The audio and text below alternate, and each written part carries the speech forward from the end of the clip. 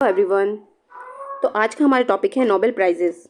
तो आप सबको पता ही है कि 2023 के लिए इनकी घोषणा हो चुकी है। जो घोषणा है इनकी अक्टूबर माह में हो जाती है, परंतु ये जो नोबेल प्राइजेस हैं वो 10 दिसंबर को एवरी ईयर मतलब 10 दिसंबर को ये दिए जाते हैं। इनकी शुरुआत कब से हुई थी? 1901 से इनकी शुरुआत हुई थी और 2023 में मतलब 2 अक्टूबर से 9 अक्टूबर के बीच में इनकी घोषणा हो चुकी है। और ये कितने क्षेत्रों में दिए जाते हैं, कितनी कैटेगरी में दिए जाते हैं? 6 क्षेत्रों में दिए जाते हैं और 5 क्षेत्रों की घोषणा हो चुकी है। एक क्षेत्र जो अर्थशास्त्र है उसकी घोषणा 9 अक्टूबर को होगी। तो हम शुरुआत करते हैं। तो आज हम इस वीडियो में जो 2023 में नोबेल प्राइजेस मिले हैं उनकी चर्चा हम यहाँ करेंगे और जो किन किन भारतीयों को मिल चुके हैं उनकी जो चर्चा है या उन्हें याद करने की ट्रिक के साथ हम यहाँ कोशिश करेंगे।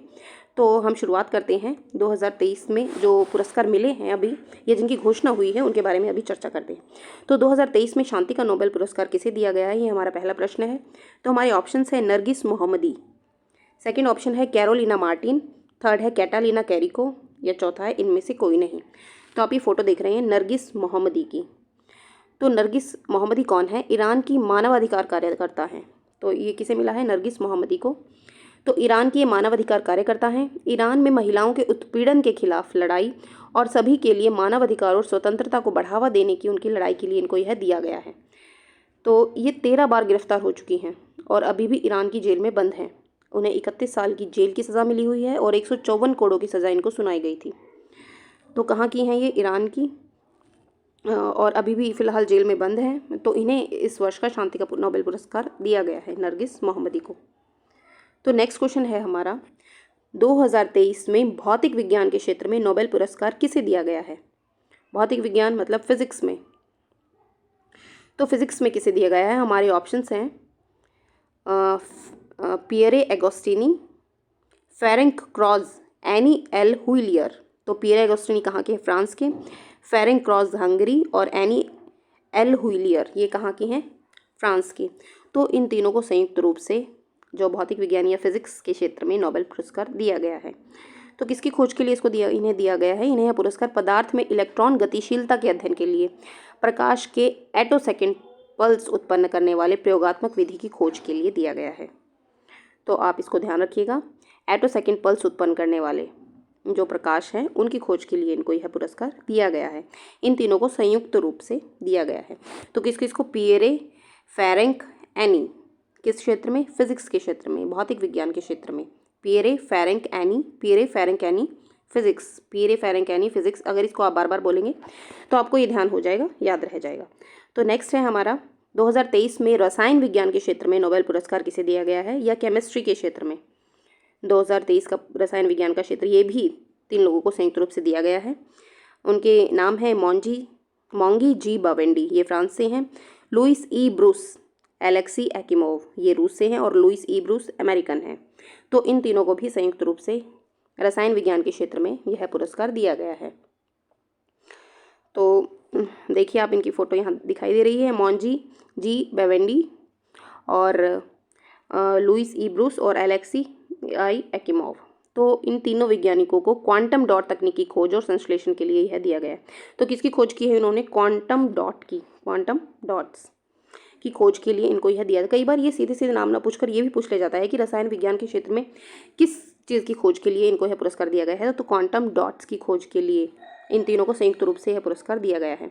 तो किस किस को? मोंगी, लुइस, एलेक्सी, रसायन विज्ञान या केमिस्ट्री।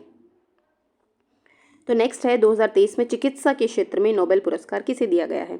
तो हमारे ऑप्शंस हैं कैटालिन कैरिको, जो अमेरिकन है, हालांकि हंगरी की हैं, मतलब जन्म इनका हंगरी में हुआ था, बट अमेरिकन मूल की हैं, अभी ये फ़िलहाल अमेरिकन नागरिक हैं। और दूसरा है ड्रू विस्मैन, और ये भी संयुक्त रूप से दोनों को मिला है चिकित्सा के क्षेत्र में। जी हाँ, और ये इन दोनों को यह पुरस्कार न्यूक्लियोसाइड बेस मॉडिफिकेशन की खोज के लिए मिला है, जिसका इस्तेमाल इन्होंने कोविड-19 के खिलाफ mRNA वैक्सीन बनाने में किया था। तो mRNA वैक्सीन जो बनाई थी इन्होंने कोविड-19 के अगेंस्ट, तो उस क्षेत्र उसके लिए इनको यह चिकित्सा के क्षेत्र में नोबेल पुरस्कार दिया गया है। किसको? कैटालिना को और ड्रू विस्मैन को। तो इसको आप याद रख लीजिएगा। आगे है साहित्य के क्षेत्र में नोबेल पुरस्कार किसे दिया गया है 2023 का? तो ये दिया गया है जॉन फॉसे को। साहित्य के क्षेत्र में नोबेल प्राइज़ इन लिटरेचर 2023 किसे दिया गया है? जॉन फॉसे जी को दिया गया है। तो आई होप आपको ये सारे समझ में आ गए होंगे और इनको अच्छे से याद कीजिएगा, क्योंकि अगले एक साल के लिए हर एग्ज़ाम के लिए बहुत मोस्ट इंपॉर्टेंट फैक्ट बन जाते हैं कि नोबेल प्राइज़ किसको मिले हैं, किस क्षेत्र में मिले हैं। तो कोई भी आगे आने वाला एग्ज़ाम होगा तो उनमें आने की इनकी संभावना हमेशा से ही रहती है। एक क्षेत्र में अभी नहीं दिया गया है, इसकी घोषणा 9 अक्टूबर को होगी अर्थशास्त्र के क्षेत्र में, तो बाद में उस का भी आपको बता दिया जाएगा। तो अभी फ़िलहाल 5 क्षेत्रों में दिए गए हैं। साहित्य के क्षेत्र में किनको मिला है? जॉन फॉसे जी को। और चिकित्सा के क्षेत्र में कैटलिना कैरी को और ड्रू विस्मैन को। और रसायन क्षेत्र में मोंगी जी बोवेंडी, लुइस ई ब्रूस, एलेक्सी एकिमोव, तीनों को संयुक्त रूप से। भौतिक विज्ञान के क्षेत्र में भी पियरे एगोस्टिनी, फेरेंक क्रॉस और एनी एल ह्यूलियर। और शांति का नोबेल पुरस्कार नरगिस मोहम्मदी जी को। अब आगे हम देखेंगे कि किन किन भारतीयों को अब तक नोबेल प्राइजेस मिल चुके हैं और उनको हम मतलब एक ट्रिक के साथ याद करेंगे ताकि आपको वो याद रह जाएं। तो अब तक लगभग 10 लोगों को नोबेल प्राइज़ जो भारतीय हैं उनको ये मिल चुके हैं। हालांकि इनमें से कई जो मूल रूप से भारतीय हैं, परंतु कई मतलब मूल रूप से भारतीय हैं परंतु वो नागरिक किसी और देश के हैं।